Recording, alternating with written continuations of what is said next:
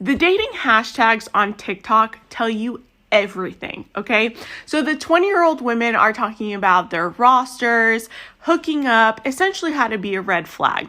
When you look at the 30-year-olds and over that, they're talking about they want a husband, they're still on the fence about the kids, but they've gone through the epiphany phase. They want marriage now, right? When you look at the 40-year-olds, these women are in full-blown desperation mode. They want a husband yesterday and kids 2 weeks ago, okay? So what I want the younger women to do is scroll through these other hashtags. Look at these women. Some of them are attractive. Do you want to be in that same boat? Because some of y'all, the way y'all are operating, you're going to end up in those videos. You're going to be making those same videos. So start making the change now. I know many women who are absolutely capable of acknowledging reality as is, but none of them would ever actively seek out to find it with curiosity and a readiness to be surprised. No matter how convinced they might be by any amount of facts, it's like they always retreat into their mental safety cave as soon as they get a chance. And I agree, faith doesn't help here. Neither do horoscopes, dream catchers, women's magazines, commercials, manifesting, and all the other esoteric nonsense women are usually into, with every woman basically living in her own surrealistic dreamscape, only ever touching reality when necessary. The truth is that if you are going to engage in work, you are going to probably make a lot of money, especially if you're young.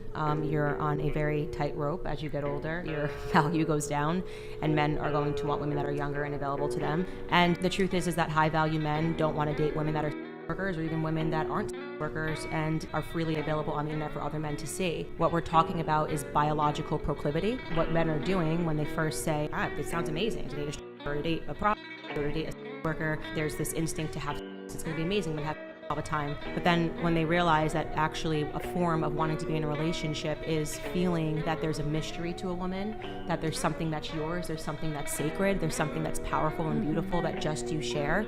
And when they realize that they have to share that with other men, it completely diminishes the man. Here's a fun fact for feminists. The great premise of the American patriarchy.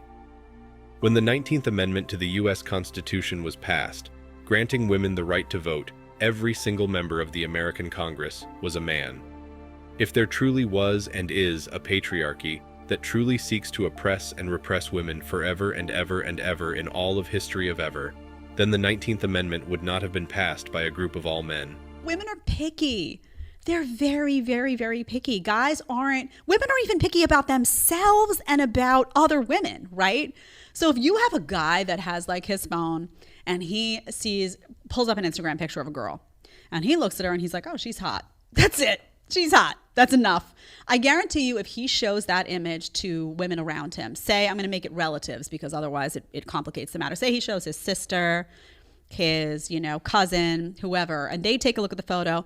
Watch how those women react. Oh, she's all right. I mean, I wouldn't say hot. Well, she's a little, oh, what is that? Ooh, is that her? Those are hair extensions. That's not even real. That's her eyelash. Her eyelash is weird. Well, blowing it up.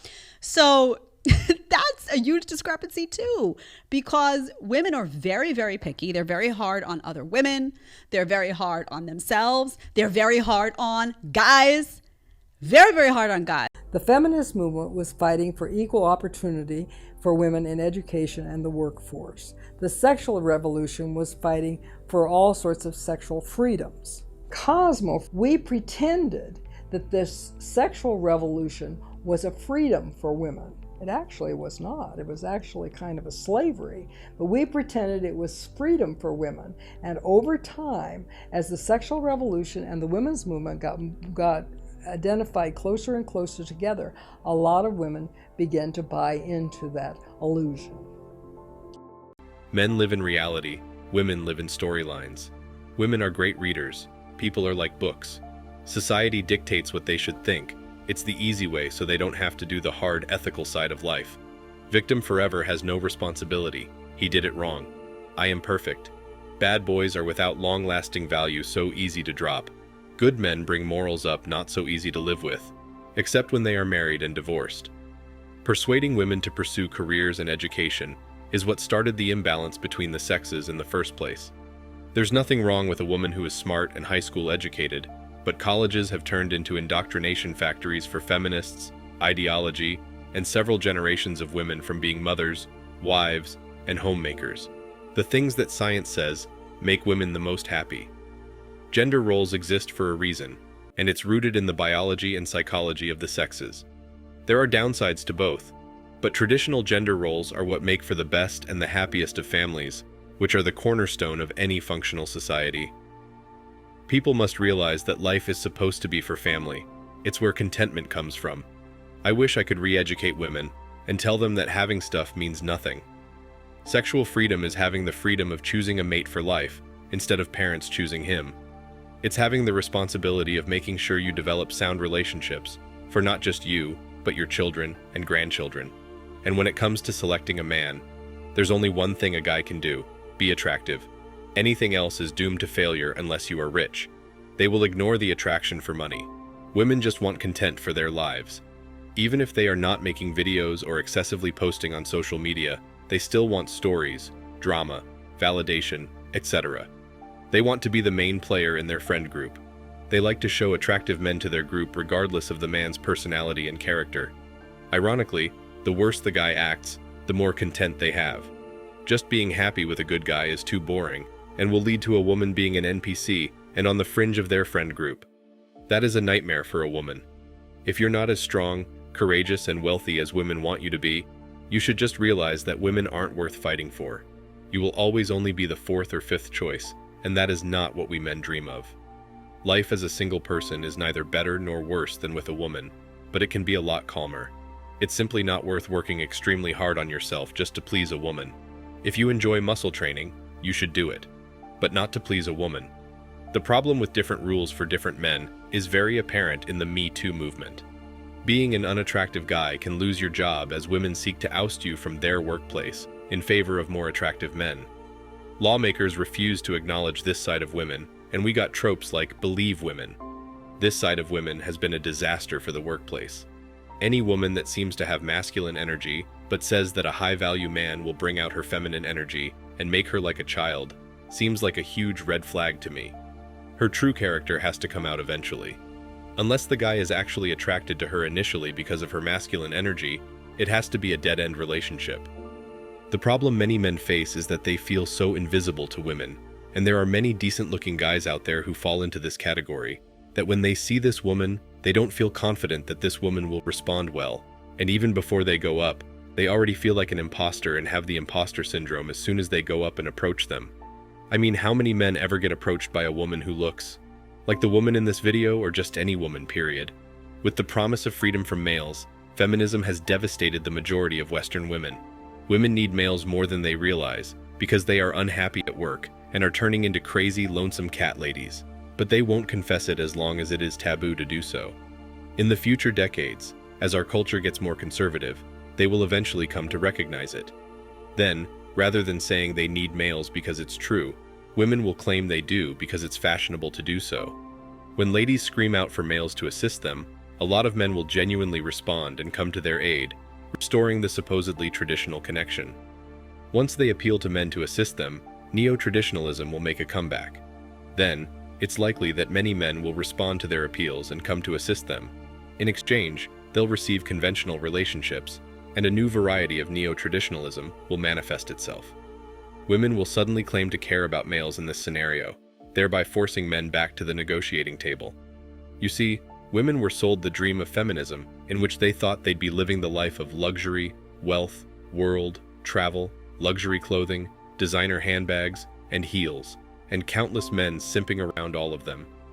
What they failed to realize was that this dream came with an expiration date, and that expiration date started as soon as they were close to hitting the wall. When they crossed the wall, the dream ended. It shattered into 1,000 pieces, leaving them wondering why men didn't want to chase them anymore, as these women kept on chasing corporate ladders and ignoring starting a family.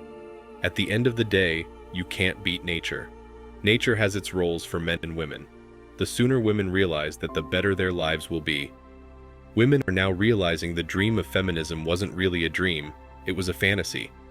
Because the men's rights movement aims to reunite men and women in a conventional relationship, there are numerous traditions within it. Because they are mostly married and serving as white knights for the women in their lives, males in the men's rights movement sometimes struggle to adequately protect men. Their attention is first dispersed and not concentrated in one spot. But with MGTOW, we speak the truth and are not frightened of what others may say, even if they are liberal lunatics. Because we won't fit neatly into the gynocentrism box that males are meant to fit in, feminists despise us. You may either choose to be a conservative man or a man who acts like a feminist. Feminists only want to give males those two options, since women benefit regardless of what they choose. This is why I feel that modern feminism has lied to women in general. Modern feminism has robbed women of their meaning and purpose, and given them a new purpose that is only making women more and more miserable. You only have to go and see the women around your society or online today to know what I mean. Women are miserable because of feminism. Since it's unlikely that women built their houses or founded the businesses or government organizations that the majority of these women work for, there aren't actually any women going their own way. Women can only attempt to forge their own paths once all of the labor has been completed for them, and all of the resources are in their possession. They don't like MGTOW since the labor and resources are still controlled by men, which is understandable. They criticize men for going their own way, because it prohibits them from having control over the resources. Again, women are hesitant to speak it out loud, since doing so would reveal their inability and demonstrate that they actually depend on men far more than they realize. Women like other women would vanish overnight if women weren't permitted to work in the workforce as they were in the 20th century, because they would all be looking for husbands to support them. Instead of their intimacy, they would be more concerned with how much money they were spending on their lifestyle. They wouldn't be thinking about being physical at all. Thanks for watching Man Reacts. Show us your love and support by liking this video, sharing it with your friends, and subscribing to the channel. Support us and help us spread support for men around the world. Do comment and share your thoughts. We're always up for a healthy debate and discussion.